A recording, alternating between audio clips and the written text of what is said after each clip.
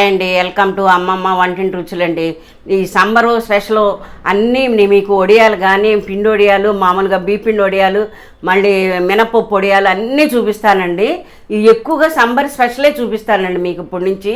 ఇప్పుడండి నేను పిండి వడియాలు పట్టుకుంటున్నానండి. అవి ఎలా పట్టుకోవాలి ఏంటన్నది అంతా నేను చూపిస్తానండి. వంటింట్లోకి వెళ్ళిపోదాం, ఫాలో అవ్వండి.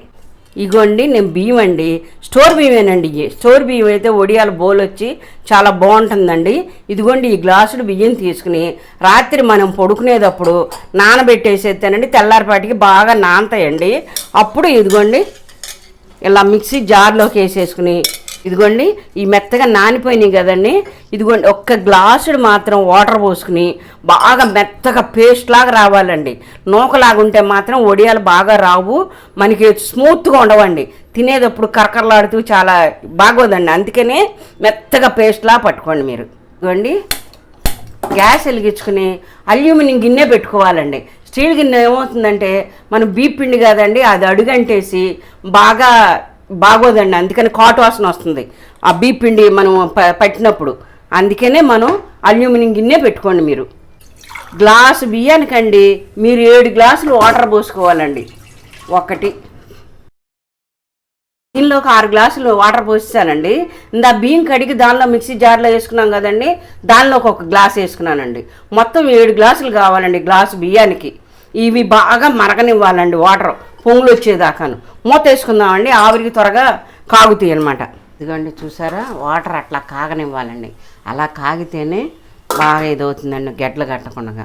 నేను ఈ గ్లాసుతో గ్లాసుడు తీసుకున్నానండి సగ్గు బియ్యం. ఇవి కూడా రాత్రే నానబెట్టేసుకోండి. బియ్యం ఎప్పుడైతే నానబెడతారో సగ్గు బియ్యం కూడా నానబెట్టేసుకోండి.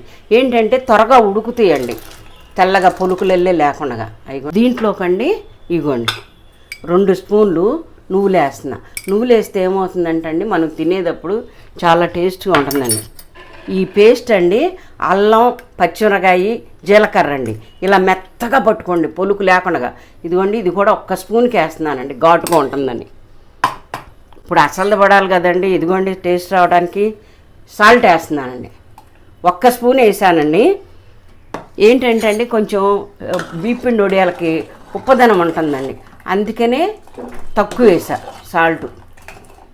దీన్ని కొంచెం కాగనిచ్చాక మీరు పిండితో కూడా పట్టుకోవచ్చండి. పిండితో పట్టుకుంటే ఏమవుతుందంటే అండి కొంచెం విరిగిపోయినట్టుగా వస్తాయండి. ఇలా బియ్యం నానబెట్టి మీరు పట్టుకున్నారనుకోండి, వడియం అసలు ఒక్కడ కూడా ముక్కలు అవ్వకుండా చాలా స్మూత్గానే వేయించేటప్పుడు కూడా చాలా బాగుంటాయండి. నేను వేయించి చూపిస్తానండి మీకు. మా ఇంట్లో ఆల్రెడీ ఇంట్లో ఉన్నాయండి పట్టినమన్నా. ఇవ్వండి సగ్గు బియ్యం అండి రాత్రి నానబెట్టాం, కానీ ఎక్కువసేపు ఉడకన అవసరం లేదండి. ఎంత 2 నిమిషాలు ఉడికితే సరిపోతుందండి. అప్పుడు ఆ బియ్యం పట్టుకున్నాం కదండి, ఆ పిండిని పోసేసుకున్నాం అండి. ఇదిగోండి ఇంత బియ్యం పట్టుకున్నాం కదండి మనం, ఇదిగోండి ఇంత మెత్తగా పట్టుకోవాలండి, ఎక్కడ నూక లేకుండా. దీన్ని మాత్రం మీరండి గట్టిగా మాత్రం పట్టబాకండి, ఇలా లూజుగా పట్టుకుంటేనే మనం దానిలో కాగిన నీళ్ళల్లో పోసేటప్పుడు అండి తిప్పుకుంటా పోయింది, గడ్డ కట్టకుండా మీకు బాగా వస్తుందన్నమాట. ఇలా తిప్పుకుంటా నిదానంగా పోయింది.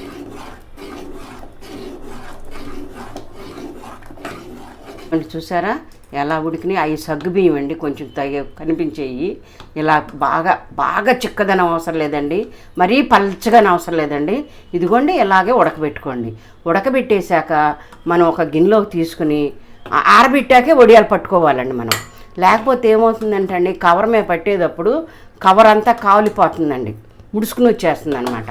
ఇదిగోండి ఇలాగే పట్టుకోండి మీరు కూడా అండి. ఆరబెట్టిన తర్వాత ఇలా వస్తుందండి.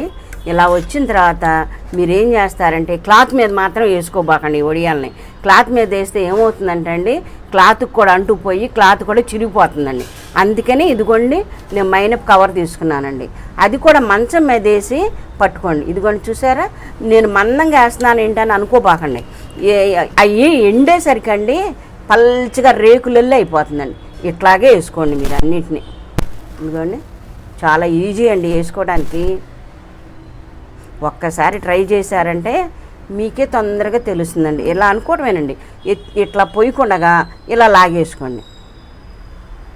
అదిగోండి అలా లాగితే చాలా బాగా వస్తుందండి వడి. ఎప్పుడన్నా సరే కొంచెం మందంగానే పట్టుకోండి. వీటిని మాత్రం అండి మీరు 2 రోజుల వరకు ఎండనివ్వండి, బాగా ఎండాలండి. అంటే మైనపు కవర్ నుంచి ఊడిపోతాయి. ఊడిపోయిన తర్వాత 2 రోజులు మాత్రం బాగా ఎండనివ్వండి. ఎండిన తర్వాత స్టోర్ చేసుకుంటే ఇంట్లో సంవత్సరం బారున మనం వేయించుకుంటూ సాయి మనకి వర్షం అది పడింది అనుకోండి, ఏమన్నా తినాలనిపించింది అనుకోండి, ఇంట్లో ఇలాంటివి ఉంటే బంగాళాదుంప చిప్స్ కానీ ఇలా బీపిండి వడియాలు కానీ చక్కగా ఈవినింగ్ స్నాక్స్ లాగా తినేసేయచ్చండి. పిల్లలు మీ స్కూల్ నుంచి వస్తారు కదండి, ఏముంది ఏంటని కూడా ఆలోచించవసరం లేదండి. ఇలా వేయించి పెడితే పిల్లలు ఆనందంగా తినేస్తారండి. ఇది కూడా సగ్బియ్యం వేసాం కాబట్టి బలమైన ఫుడ్డేనండి ఇది. ఇదిగోండి చూసారా, వడియాలు ఎండిన తర్వాత ఇలా పెళ్ళపెళ్ళమన్నాలండి. అప్పుడైతేనే నిలవ ఉంటాయి అన్నమాట. పెళ్ళపెళ్ళ మనకుండగా ఇచ్చేసారనుకోండి, అవి మళ్ళీ మెత్తబడిపోయి మనం వేయించుకునేటప్పుడు తెల్లగా రావండి. అందుకని ఇలా ఎండబెట్టుకోండి బాగాను. సమయం మాత్రం అండి మీరు మీడియంలో పెట్టుకుని వేడవనండి. వేడైన తర్వాత 2, 3 వేసుకోండి. ఇలా పొంగుతాయి అన్నమాట బాగాను. చూసారా ఎంత పొంగుతుంది. మీరు హైలో పెట్టుకుని నూనె ఎక్కువ కాగనిచ్చారనుకోండి, ఆ వడియాలు ఏమవుతాయి అంటే నల్లగా అయిపోయి ఇలా తెల్లగా కనిపించవండి మీకు. చూసారా